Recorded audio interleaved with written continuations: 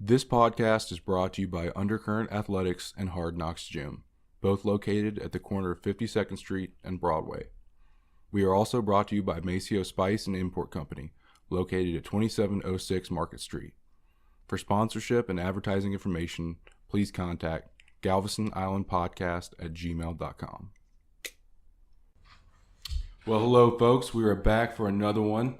I must say I've been very excited for this one all week. It's a special podcast, and I will throw it over to Alex to let you guys know what's going on.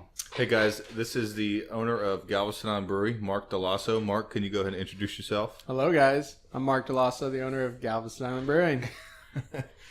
So, we're going to go through and just talk about the weather first. It's been really sunny lately. Ben, how about you? Have you been enjoying the weather?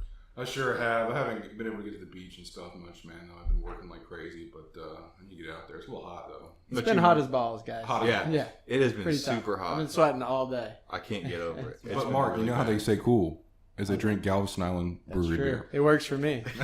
Immediate cool down. All right, guys. We're going to do John Michael's fishing report.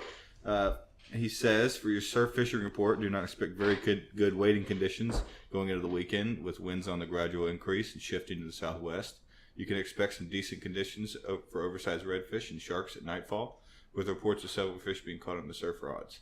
The bait of choice has been live or cut mullet or bigger for bigger redfish, and several sharks under 6 feet and some over 6. You'll be getting a little beat up by the larger swells, but there were several big fish just over the first bar and kind of close. So, sounds promising. Yeah. He caught two. I think they were over 7-foot lemon sharks 2 days ago. Oh wow, they were huge, massive. Nice. It's kind of crazy. Off the beach. Off the beach. Nice. He has like a nice shark rack and everything. Yeah. So, Mark, when did you start? You just had your 3-year birthday here, right? Yeah, we did. We celebrated our 3rd-year anniversary at the brewery. We're pretty excited. So we opened in June of 2014. We moved into this building here where we are on Stewart Road in January of 2014. It took us about 6 months to retain our permits and kind of build out and get settled in before we made our first batch of beer. Was it hard to start? It was a challenge. So I kind of began the process about 6+ years before we opened, around the 2009-2010 range. I was a avid home brewer for some time and made a lot of beer at home, and I'm a big hobby guy. Was that just like a big hobby of yours? Yeah, I had a lot of hobbies. I mean, I can just What were your list them hobbies? off. I was a saltwater aquarist. I was a windsurfer. I was a surfer. The home brewing was a big one. I made surfboards for a while. What else? What was your favorite homebrew? My favorite homebrew, well, the most popular one was our Blue Bridge, which is now our Blue Bridge Amber. And at the time, I was working on a construction project, the Blue Railroad Bridge, and I worked with guys from Maine and from Alabama. Guys from Maine drink craft beer. Guys from Alabama don't drink craft beer. What's up with that? I don't know. I think it's just still Bud territory, Miller territory down there. Up north, you're definitely seeing craft beers ahead. You know, Maine, Vermont, those New England states have been drinking craft beer since the late 90s. I think down in Alabama, Mississippi, even Texas in the deep south, it just didn't take on until kind of this round and, you know, the 2010s and up. But over there, Colorado, California, Oregon, they've been drinking craft beer for 15, 20 years. Did you know it was going to be a success?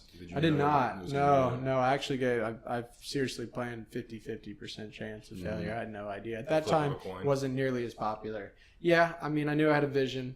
I knew I didn't have a lot of money. Went in completely cash, you know, and we built a brew house out of dairy equipment, and we did everything ourselves.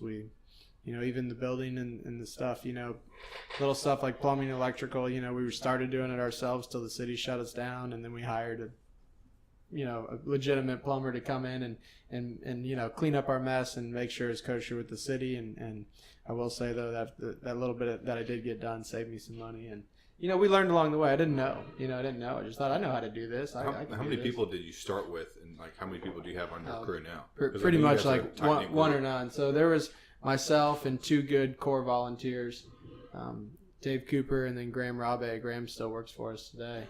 And they were pretty much just volunteering. Then I had a slew of buddies that were, you know, they would come on the weekends. Even my insurance guy showed up for a couple weekends and was slinging a hammer during demolition with us. Is that pay on free beer? Yeah, well, until we ran out of beer, yeah. Yeah, and then we ran out of beer. I had a buddy who was a rep for Karbach, and he hooked me up with like a stack of Mother & Lager, which is like kind of a multi lager. It's not real high alcohol, but it was their seasonal at the time through the winter, and we basically OD'd on it. And like I don't think anybody who was here, and Sparky who works for us now, he was there as our electrical contractor. I don't think any of us can drink Mother & Lager again, because I ran out of my beer and we had one style of beer that was a relatively aggressive style that we just, every day you drink some when you get off work, and we can't do it anymore. It's just what happens. So what's your favorite style of beer? Definitely the IPA. You like that hoppy? I'm on board with you. I'm with that. Yeah. I love IPAs. My girlfriend says they taste like earwax, and I've heard that from multiple people. So the thing with IPAs is it's a higher bitter level, right? So that's the IBUs, right? Yeah, that's right. So international bittering units. So the more hops you add, the more bitterness you get. But also, if you use a good, strong, aggressive American hop, like Amarillo or Simcoe or Citra or Centennial and others, they're also going to give you that fruity kind of resinous flavor profile, that fruity flavor that comes with it. And so you can't not have the bitterness when you add a large amount of hops, but you get the fruitiness. And we as humans are naturally inclined to not like bitterness. So there's so many things in nature that are poisonous that are bitter, right? So it's a true fact that initially as a young person you don't like bitter, and so bitter is bad. It's somehow hardwired in us that bitter is bad. So just like beer in general, bitterness is an acquired taste. So the first time you have an IPA, a lot of people don't like it. Some people love it. I remember my first time having you start drinking them, you will. Heavy beer IPA, it wasn't really. Yeah. And then I kept drinking. It's like acquired taste. Yeah, and then once you go hops, you don't go back. Yeah, I believe that. Yeah. And that's just the case with IPA. So, and it's the number one beer style in the country right now. So you can't debate sales and what people like across the country. I always like to joke that it's not the number one beer style in Galveston because Tiki Wheat is.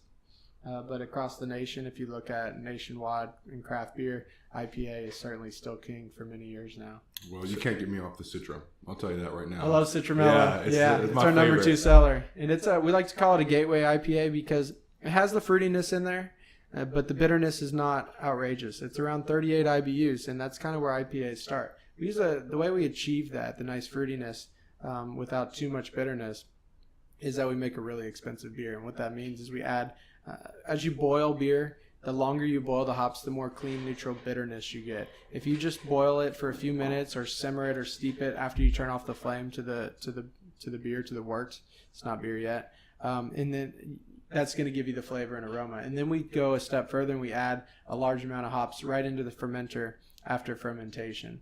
And that's really the key to getting these nice fruity American IPAs. And so, but you have to add exponentially more hops. And the hops we use for these styles that are most popular are very expensive. A lot of them double the cost of the hop we might put in a traditional Pilsner or a lighter beer, an amber or whatnot. So let me ask you, you're saying IBU, and you said it's International Bitterness Unit. International Bittering Units. And it's just a scale of measuring how bitter it might be. How is it determined? Taste? And so, well, no, it's not taste. So the way we estimate it, and then we'll send it into a lab. And so basically, when you estimate it, we use a computer program. We put in the alpha acid of the hops, which is what breaks down in the boil and gives it its bitterness, and the time. So if you have the time that you're going to boil it and you have the alpha acid of the hop, you can get a pretty good estimation of the IBUs, the International Bittering Unit. And then by sending it into a lab, they use let's see if I can say it right, a spectrophotometer, I believe is what they do. And it's actually a measure of light somehow through there. And so it's kind of like if a tea is stronger than another tea, like you can tell how much light can go through it. I'm guessing. I'm gonna go with that answer. I don't. That really sounds know. good. It sounds good, doesn't it? We have a sweet lab that we're sitting in right now, but I know that's a piece of equipment we can't afford, and so I don't know exactly how they do it. How long does it go from in Mark's brain to paper in the lab to the tap room? Yeah, so new beer. Just the Galveston Island podcast beer. Yeah, we can turn a taproom beer pretty quick. The one that takes so long is getting it out to market to sell it to your bar or restaurant. So many bars and restaurants, want us to do a special beer for them or whatnot, but that's quite a lengthy process. As far as a beer made here for the taproom, it's not uncommon for Jason and I to sit down and think up a new beer style, whip it up on paper. We generally keep a pretty good variety of grains and hops around that we can make a very unique beer. And we can, within a week, we can get it in the tank, and within 4 weeks, we can have it on that tap wall. So we can do it in 4 or 5 weeks. So in a pretty short time, we can get a beer out there on the wall. For example, that India Pale Lager, that's a beer we just woke up one day and said, hey, we need to use some lager yeast. We have this much left. I did some numbers, and I said, hey, let's do a session IPL. And what that is it's just like what you think, India Pale Ale, but it's a lager. So lagers take longer to ferment because you're fermenting them at a cooler temperature. It slows the fermentation process, and what that does is give you a more cleaner, neutral beer. By having a session IPL, it actually means it's lower alcohol. So what we did was make a 4% IPA, but it's not an ale, so we can't call it an IPA. It's an IPL. So it's kind of a unique style. IPLs are out there, but they're a little more obscure than the IPA. And that's one great example of how we can just think up a beer on the fly, and we can turn it out and put it in the tap room and see what people think about it. So obviously, retail-wise, you're at locations of the island. So you at Specs and Kroger.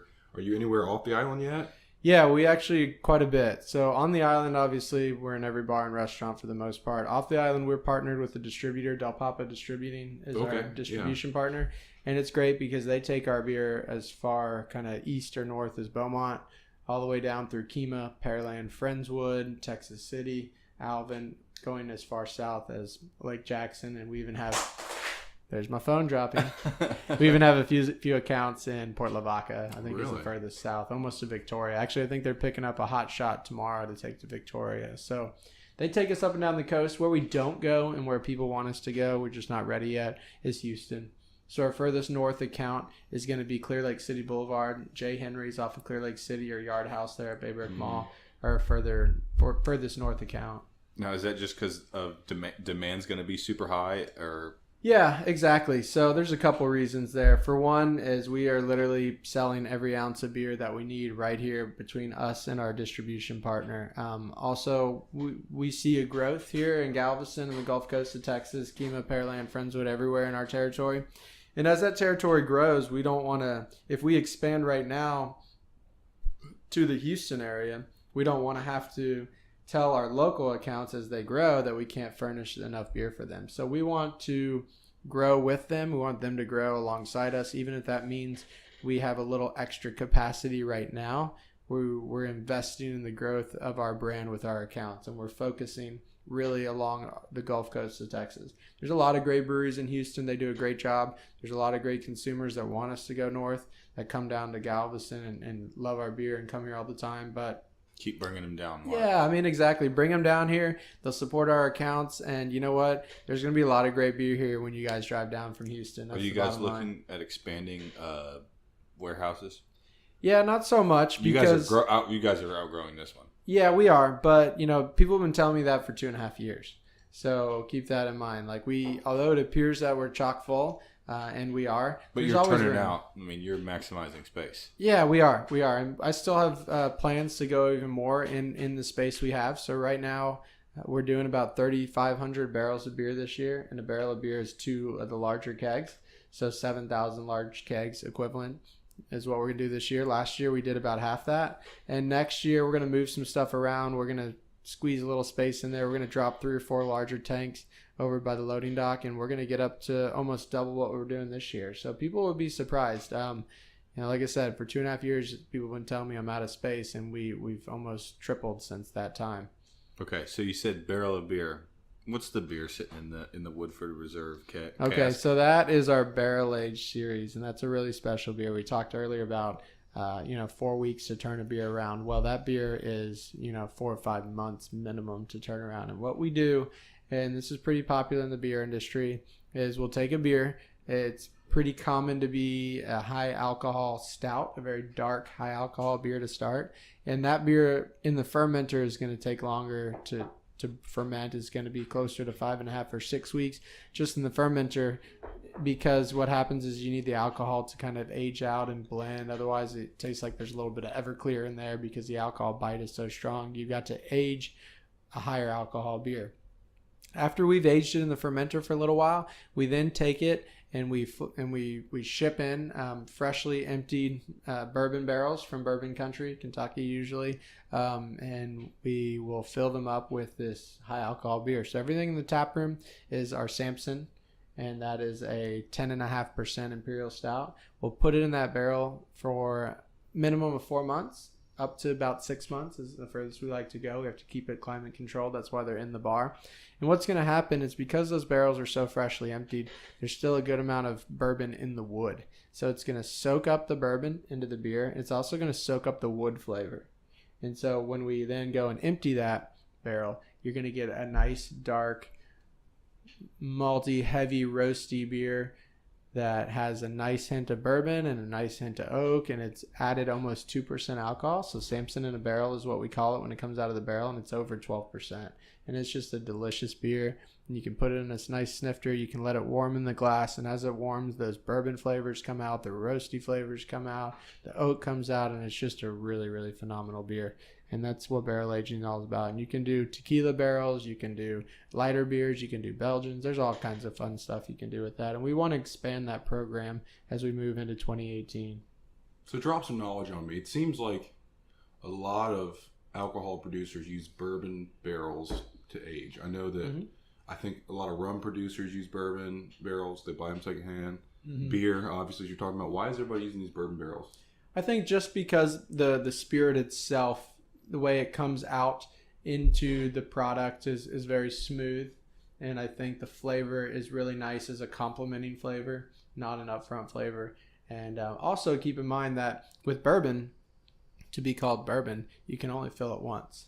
And so there's a plethora of bourbon barrels out there, because over at Jack Daniel's, for instance, where we have some Jack Daniel's barrels here, they're going to fill it once. They can certainly fill it again, and they'll probably get an equally nice product. I'm not going to say just as good, because they'll probably get hit over the head by a bourbon guy, but an equally nice product by filling it twice. It's still going to get the oak in there, but to be bourbon, it can only be filled once. And I think in order to do it again, you have to re-char it. And that's what I was told. And so that's probably why, because these large producers, they're going to go through a whole lot of barrels. They're going to make the bourbon, and then they need to do something with that barrel, and it's great. It's great for them, I'm sure, to sell it to the beer industry, because everybody is happy to purchase them, and we put a lot of great beer in it. Sure. You guys have a lot of I mean, it sounds like they got a lot of regulations in the bourbon industry. You guys have a lot of regulations? Absolutely. So, I mean, there's certainly a hand in every pot there. You know, we have to file paperwork and pay money to the TTB, which is the federal entity. It used to be called the ATF. Now it's called the Tobacco Tax and Trade Bureau. Is that just a new bureaucracy, or is that ATF is? Yeah, ATF is no more. I think I think they separated firearms to their own thing, and then made tobacco and alcohol in one. Yeah, and so that's where the TTB. So they regulate us. We file our paperwork to them. We pay them a $7 per barrel tax as well, excise tax, and then we also have the TABC. Of course, every state in the United States, alcohol laws are governed primarily by state to state. So every state is different. So we have the TABC, which everybody's pretty familiar with, and they also charge us $7 per barrel as well. And so we also have our own paperwork for them. We also deal a little bit with the FDA. We deal with county health for the bar. We deal with state health for the brewery. We deal with the Department of Agriculture. So yes, there's lots of paperwork because everybody's involved in alcohol. But as a brewery professional, it's not terrible. You know what I mean? Once you get into it, you got your list for the end of the month. You sit down and you spend about 2 days a month. Is about what it is for me, and it's not probably. I could probably do it in 8 hours straight, but it's broken up between over a couple days, and by that second or third day of the month, I usually have all my taxes and forms and paperwork and everything filled out and mailed off to where it needs to go around the country. Work never stops, does it? Oh no, yeah. So 7 days a week around here. We're not brewing 7 days a week, but it's pretty easy to find somebody working, whether it's in the shop or the brew house or in the office or somewhere every day of the week. There's certainly employees here besides just who you see in the bar area. Before the podcast, you said, let's go back to the lab, sit down.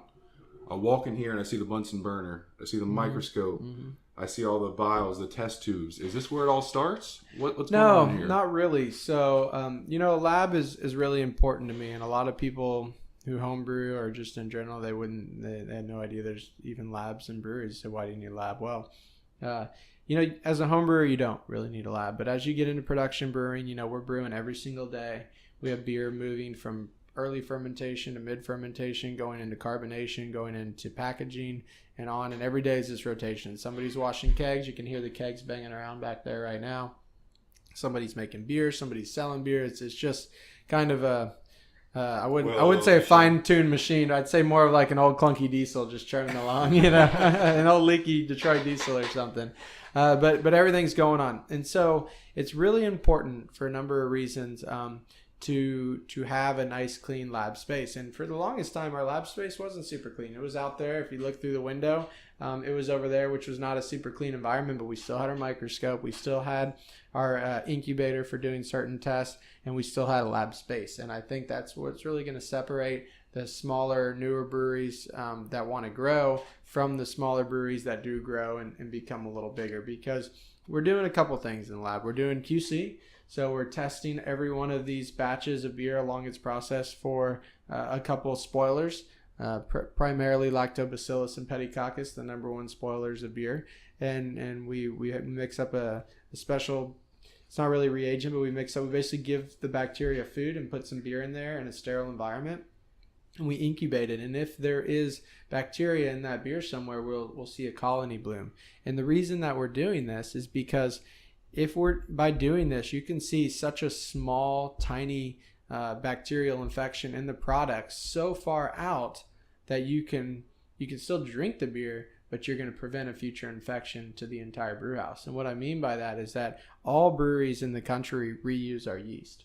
So we take yeast and we get a fresh pitch from a lab. We can get yeast that is propagated in a lab that came from a 1,000-year-old brewery in Belgium, and we can buy an original non-mutated strain of that, and we can pitch it into a beer here, and we can make a traditional Belgian ale. Just like the Hefeweizen with those wonderful banana and clove notes, that Hefeweizen yeast came from the Bavaria region of Germany. It was harvested by a lab in the United States. They keep it pure in a slant and a slide, and they propagate it up for us, and we'll purchase that, and we'll bring it here.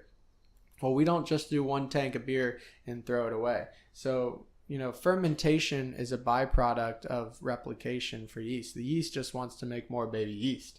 And in order to make more baby yeast and to bud off and split, it needs to consume sugars and oxygen. And as a byproduct of doing that, it's giving off alcohol and carbon dioxide.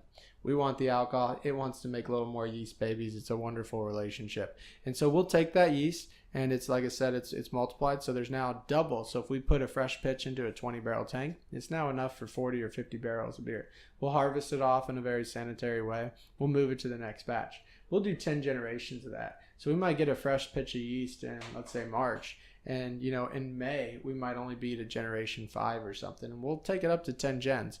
Well, if you don't do these tests that we talked about, and let's say at generation 2, a small infection has gotten in there somewhere, you're not going to taste it for 3 or 4 or 5 generations. It's not going to spoil the beer right away. It takes time. Just like the yeast is multiplying, that bacteria will multiply.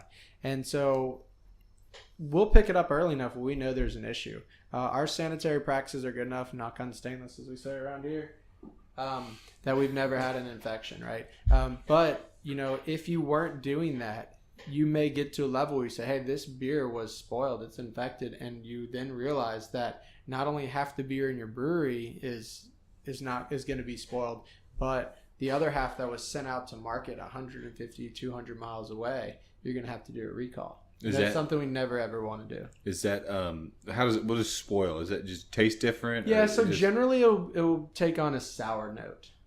a sour note. And so it tastes like sour beer. That's right. And then there's also sours as a style. I love sours. Beer. I love sours too. We all love sours here. We don't really brew too many of them. We've kind of dabbled in them a little bit. As we get larger, we want to get more into barrel aged sours where we get a pure pitch of this similar type of bacteria. But the difference is between the sour you may buy from the store and the souring of beer through outside sources is that there's yeast and bacteria everywhere in our environment. And if that random mutated type of yeast or bacteria gets into beer, it's not a pure pitch. And so the sour is not going to taste good.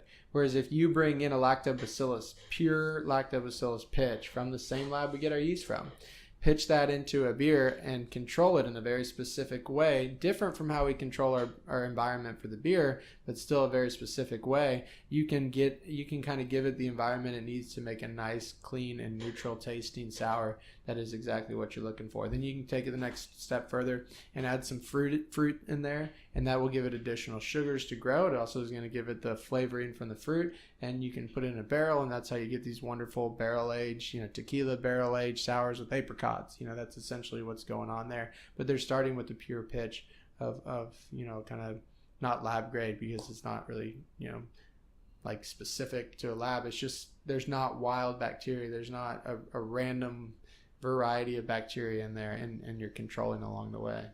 I got a buddy who he just graduated, and he majored in fermentation sciences, and I was chit-chatting with him, and he was saying kind of the same stuff that you were saying. But I mean, obviously he's had a formal education. Did you just learn all this stuff throughout the way? You just started home brewing and picking it up here, there, and all of a sudden you're the wealth of knowledge we see today? Oh yeah. I think like with any hobby or now when you get into professional level trade, every day is a learning experience, and it just takes time. So I know that when I started thinking about making the transition from home brewer to professional brewer, I felt like I was a great home brewer, and I felt like I knew a lot about making beer. Well, by the time I got into figuring out how to open a brewery, I had to learn a lot about professional manufacturing of beer, and I like to say the toys that we use it, so the fermenters, the pumps, everything, the way we control the environment for the beer, the way we move the beer, the way we store the beer, it's all different than the homebrew level. So even though I was a great homebrewer, I had to learn something new, and it just takes time. And then so from when the day we opened the brewery, we were making great tasting beer. There's we all agree with that. I know I certainly do. But fast forward 6 months or a year, we learned as we went, and we're constantly going to conferences throughout the country of beer professionals. We're constantly having issues because, you are dealing with the living organism, which is yeast. And we always kind of laugh that, you never know with beer. So, we can make Tiki Wheat a million times over. And I feel like we have made it a million times over. I think we just hit batch number 600 yesterday at the brewery here. And so, randomly one day we'll have a weird hiccup where it's not that the beer is bad, but just something's different. Maybe the fermentation started sluggishly, or maybe the multiplication was high or low, or maybe the cell count is higher or lower. I mean, it could just be anything. And then you have to kind of go back to resources in the community. You can't find everything on the internet. So luckily we have a great brotherhood of brewers here in Texas, and we can reach out on a private forum to all of them and put our issue out there, and people will generally chime in and help us. I can pick up the phone and text and call Brock Wagner direct, or Eric Warner from Carbach, any one of those guys, Brian Royo at No Label, any one of the guys who have been around longer than us, and they'll pick up their phone, they'll reply to an email, and they'll do whatever it takes to help us figure it out. If they've been around longer, chances are they've seen a similar issue. Sometimes not, but sometimes they do. And it goes down too. So the breweries that are smaller and newer around us, we're always willing to help them as well. Seems like a team. It is. We're trying to further the industry. Mm-hmm. We have a lot of ground to make here in Texas. And we know that if you're coming in from wherever in Texas and you have a small brewery that opens up in your town, and you're used to drinking maybe just Bud or Miller or whatever we drank when we were younger, and that brewery, that craft brewery that you've never experienced craft beer, they make terrible beer. When you come down here to Galveston, you probably won't even give us a chance because maybe you tried that craft stuff and you don't like it. Sure. And so we firmly believe in the industry and the whole country as a small and independent craft brewers of America, that, we all need to work together. Certainly, we all want to drive our businesses to grow, and we want to be the best at what we do. But if everyone isn't making great beer, then that's bad for the whole industry. There's so many consumers of alcohol and beer in general out there in the U.S., but they're not all drinking locally made craft beer, and that's what we want. Sure. So what's the deal with the craft beer? Why does it hit you a little harder than, like, let's say a Bud Light or a... Yeah, it's just straight alcohol content, also flavor. So I mean, as far as by hitting you harder, if you mean like kind of the inebriation part, that's just generally most craft beer is 5% or higher. Good amount of our beers are 6. Like Sabor is about 4.3. Bud and Miller's they're around 4.3%. Yeah. Also, the differences you're going to see is that, an example of Bud Light, they use rice as an adjunct. And what they're doing is they want to make a very light flavored beer that is very easy to drink. They want volume. They want a nice, crisp, clean, neutral beer. There's nothing wrong necessarily with that style of beer. That's just one style. And so we kind of laugh nowadays that if you're a strict Miller guy and you're a strict Bud guy or Coors guy, those beers aren't terribly different. Yes, Bud, the adjunct is made with rice, where they're adding rice in there to increase the sugars without increasing the flavor profile. And going over there to Miller or Coors, they're adding corn to increase the alcohol without increasing the flavor. But really, they're both light macro lagers is what we call them. Here in the craft beer industry, very rarely are you going to see corn or rice in any of our beers across the country. There's a couple styles of beer like the cream ale that might use white corn, but generally what you're going to have is all malted barley beers or all malted beers. And so you might use wheat, you might use barley, you might use some crystal malts, but there's not going to be any adjuncts, which adjuncts is anything that gives it sugar without adding to the flavor of the beer. There's not going to be any adjuncts in craft beer. And so it has a heavier mouthfeel.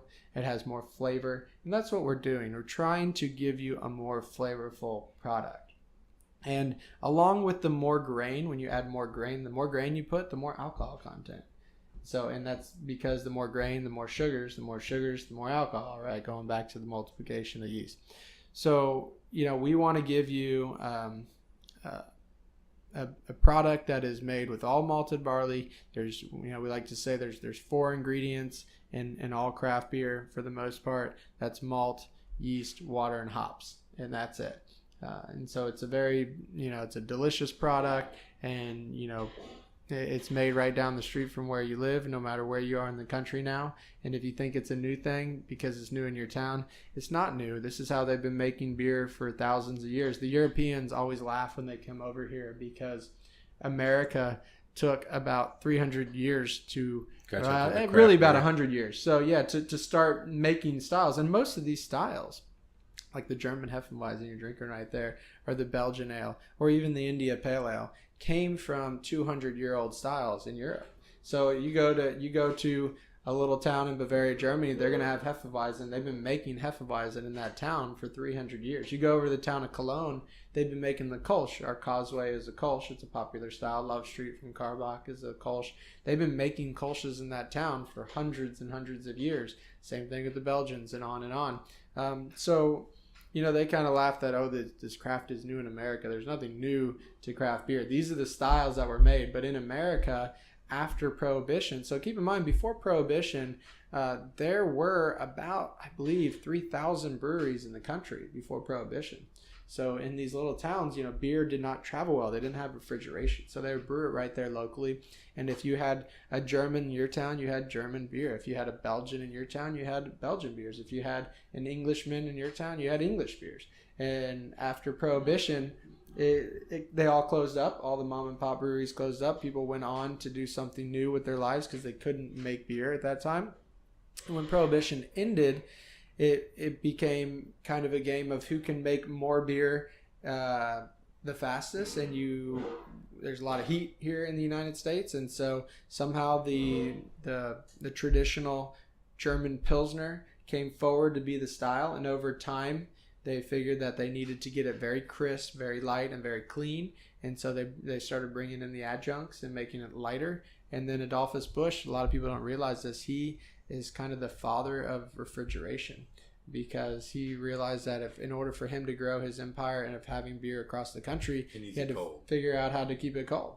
And so refrigeration was a new technology in Europe, and he spent a vast amount of money bringing that to America so he could have refrigerated rail cars keeping his beer cold and moving it by rail. And so, and then from there, refrigeration just went on. You had ice houses first, and the refrigeration places would make ice, and now you had ice, and it, served so more purposes than just beer.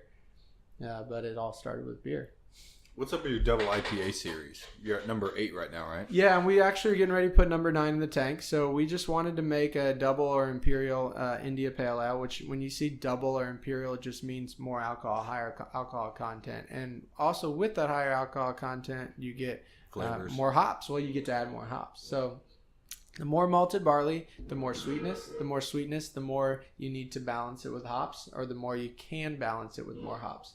So it's interesting. Some people don't like IPAs, but they love double IPAs. And so it's just, and the reason why is because even though the hops are more in the sugar content, not the sugar content, but the alcohol content is higher for more malt, the ratios are different. And so sometimes it's not perceived as being so bitter, like even though there's much more hops. Yeah. Sounds like your girlfriend said that. Yeah, she did. Right? So, and once again, it's an acquired taste. But India double IPAs or IPAs are very popular, and we love keeping one around all the time because they really are a different style than the regular IPA. And so we set out to make really a perfect double IPA. We knew we had plenty of time on our hands, and so we started just playing with different double IPA recipes. And now it's been over a year. We're at number 8, and we are in love with number 8. It very may be the winner and the one we keep forever that we'd like to put into a can next year. But we're going to keep going. So we're going to do number 9 and number 10, and we're just going to keep playing and keep having fun because really at the end of the day, making craft beer is about exploring different styles and different ingredients. There might be a new hop that comes around, and there might be new malt, anything. So it's all about change and different and variety, but still keeping it local, keeping the quality of the highest level. That's one thing we'll never skimp on is we don't make a beer for cost. We make a beer for greatness, and we charge what we have to charge to make money on it to survive. And that's really what it's about. So what are you guys doing different than any other brewery around here? I don't think we are. I think that most breweries around the country are in the same kind of situation. We just want to make great beer. The consumer is going to decide what our most popular beer is. And when they decide what beer they want the most, then we make more of it. If they decide they don't like a particular beer, we make less of it. So I think we're pretty much in the same boat as so many breweries around. Size is the only difference. As we get to 3,000 barrels and our buddy down the street might be at 1,000 barrels and our buddy up the street might be at 6,000 barrels, we have different goals and different things and different challenges that we need to do to sustain where we are, maintain quality, and still kind of look to the future. So, I don't think, some breweries want to get as big as they can. Other breweries want to stay teeny, tiny, tiny. We're neither one of those. We don't want to become a huge behemoth. We also want to grow. We want to grow up to closer to 8,000 or 9,000 barrels a year would be great. Right now, like I said, we're at 3,500 barrels. So, I got a question that I'd kill myself if I didn't ask. Sure. You own a brewery. Do you have any secret hangover cures? Yes, prevention, which is in my mind water. So I like to drink a lot of water. I still get hungover, probably way too much. While you're drinking, you drink water while you're drinking. I try to. You'll see right here, only because we're chatting a lot, I'm not drinking as much. But I'm going to take a sip of this delicious water in front of me. Do you listen to Alex? I am listening. What's your favorite beer? It's usually hydration that gives you that hangover. What's your favorite beer that's not a Galveston Island Brewery beer? Oh gosh, so that's a great question. It's a tough one. It's a tough one. There's a lot of great beers out there. I would say, I much like you, Alex, I love sours, right? And so I'm real big into sours. I know I visited Avery Brewing in Boulder, Colorado a number of times, and I'm just gonna say, they make all different types of sours, but one of my favorite, I'm not gonna pick a particular beer, but I'll say a particular style would be like a somewhere between an 8 and 10% Belgian beer that is aged in tequila barrels with something added. That's just, to me, it's like almost like a fine wine. and I can sip it, and it still has a good amount of booze, so I don't have to drink like 10 of them. And it's just there's just so much flavor going on. And we would love to make sours around here, so I'm pretty jealous of that, or in all of the amount of time and effort that goes into making some of those beers. And when you do make sours, up to 25% of the barrels can go bad. And so I'd say tequila barrel aged, something awesomeness around the 8 to 10%. I don't have a particular You have to get those from Mexico, right? Yeah, generally, there is agave spirits, around, so you can't get them in the United States, but generally with barrels availability to us, they're going to come from the larger producers. And with tequila, they're reusing those barrels, and so they're going to be more expensive than like a bourbon because, as we talked about earlier, you only use them once. Yeah, there's less. Yeah. Well, but I love a great IPA. I do too. Well, we're going to wrap this up, Mark. I really appreciate it. Tomorrow we're going to be at Waterman's Grill doing a boat show with Ron Hoover of Galveston. Awesome. So, we'll have a Tiki Wheat while you're there because they're great customers. Yeah, hey, we're going to do it. All right, Mark, we really appreciate it. Hey, cheers, guys. It was great. And thank you guys for listening back home. And come out and visit your local brewery. Hey, before we go, where are you located and what are your hours of your brewery? Yeah, so we're at 8423 Stewart Road. The tap room is open every day, Monday through Friday at 3 o'clock. On Saturday and Sunday, we open at noon. And we're family friendly. We're pet friendly. We have a playground on site. Y'all got rated number 13 for top brews in America that's on right. TripAdvisor? We were number 10 out of 13 from, wasn't TripAdvisor, it was Yelp. It was Yelp, okay. And we, it's kind of funny. I laugh because I feel bad because we've been hanging up on Yelp for 3 years straight, and then they went right. They call a lot, and we don't give them a dime, and we hang up on them a lot. But they put us on that list, and not a lot of bad things to say. Hopefully, whoever was writing that article is not the same ones calling us because I'd feel really bad. Well, Mark, we sure appreciate you having us. Do you have a website? We do. www.galvestonislandbrewing.com, and that's brewing, BREWING. Also, just pull out your phone and punch in Google and punch in Galveston Brewery, and we'll pop right up and come and see us. You can follow us at Galveston Island Podcast. Check that on Facebook, galvestonislandpodcast.com. That's the website. And you guys have a good day. And Ben, as always, stay salty. Cheers.